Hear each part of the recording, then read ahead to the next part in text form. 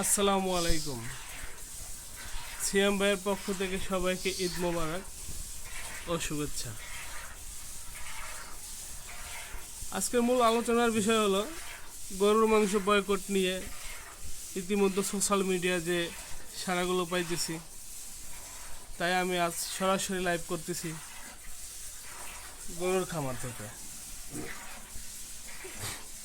আমাদের দেশে 1 কেজি জিওল মাছের কেজি 1200 টাকা, 1 কেজি চিংড়ি মাছের কেজি 1000 থেকে 1200 টাকা, আর ইলিশ মাছের কথা তো বলবোই না। সেখানে 1 কেজি গরুর মাংস 700 থেকে 750 টাকা।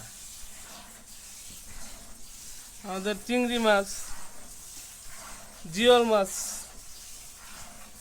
এইগুলো রাইখা বয়কটের সাড়া দেওয়া হলো গরুর মাংসের প্রতি। আচ্ছা, আমরা কি আদৌ জানি যে 1 কেজি গরুর মাংস একটা খাবারের তৈরি করতে কি পরিমাণে ব্যয় হয়? না, জানি না। এই যে বাচ্চাটা দেখতে পাচ্ছেন, এটা হলো 1.5 বছরের বাচ্চা। একটা গরু 2 থেকে 2.5 বছর পর্যন্ত সময় লাগে খাওয়ার উপযুক্ত হইতে। যেখানে 1 কেজি ভুসির মূল্য হচ্ছে 60 টাকা, 1 কেজি ভুট্টার মূল্য হচ্ছে 35 থেকে 40 টাকা। আর এইখানে যে যারা শ্রম দেয় গরুর পিছনে, এই যে দেখাইতেছি আপনাদের, এই যারা গরুর পিছনে শ্রম দেয়, এদের থাকা খাওয়া সহ প্রত্যেকের ব্যয় হলো 15 থেকে 16,000 টাকা। তো সর্বশেষ হিসাব করলে দেখা যায় একটা খামারের 1 কেজি গোশ উৎপন্ন করতে, মানে মূল আলোচনার বিষয় যেটা আলোচনায় আসি, আমি আপনাদের দেখাই দিচ্ছি লাইভ।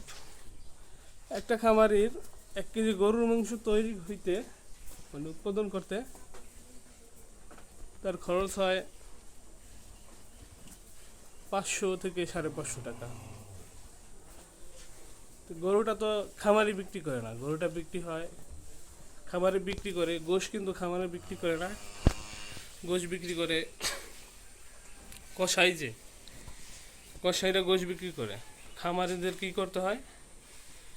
খামারিদের এই গরুটা কসাইদের কাছে বিক্রি করতে হয়। কসাইরা নিয়ে এটা কাইটা কুইটা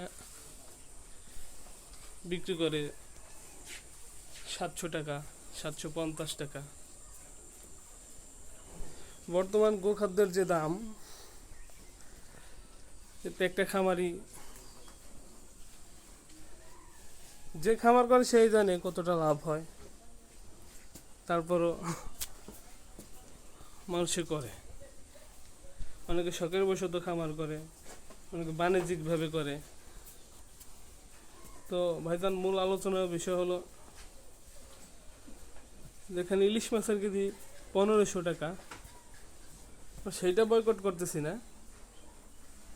জিওল মাছ 1200 থেকে 1000 টাকা, মানে সেইটা বয়কট করতেছি না। আর 1 কেজি গরুর মাংস উৎপাদন করতে একজন খামারির খরচ হয় 500 থেকে 600 টাকা অ্যাভারেজ। আমরা গরুর মাংস বয়কটে সাড়া দিচ্ছি। যারা গরুর মাংস বয়কটে সাড়া দিচ্ছেন, তারা কি আদৌ জানেন যে গরুর মাংস তৈরি করতে কতটা ব্যয় হয়?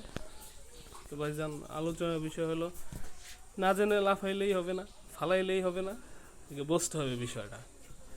আপনার মন চাইলেই আপনি যা খুশি বয়কটে ডাক দিতে পারেন না। এটা তরমুজ না, এটা তরমুজ না। হ্যাঁ, আলোচনা থেকে আমি একটু বাইরে আসছি। এটা তরমুজ না যে আপনি 3 মাসের ভিতরে ফলনটা পাবেন, বাম্পার ফলন হবে, আপনার যা মন চায় ডাক দিলেন বয়কট বয়কট, তরমুজ বয়কট। এটা গরুর মাংস, এটা পিছনে শ্রম দিতে হয়। 1-2 দিন না, 1-2 মাস না, বছরের পর বছর শ্রম দিতে হয়। তা আজকের মতো আমার ব্লগ এখানে শেষ করছি। সবাই ভালো থাকবেন। যাই না শুনে সবাই বয়কটের ডাকে সাড়া দিবেন। আসসালামু আলাইকুম।